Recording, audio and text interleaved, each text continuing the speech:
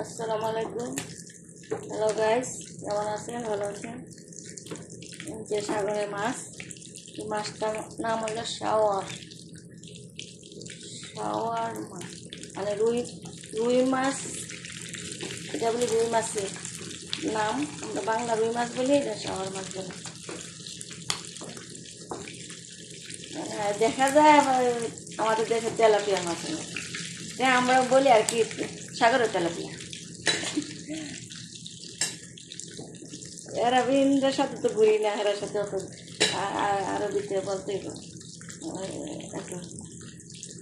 মানে জানলে রাখি আর কি না।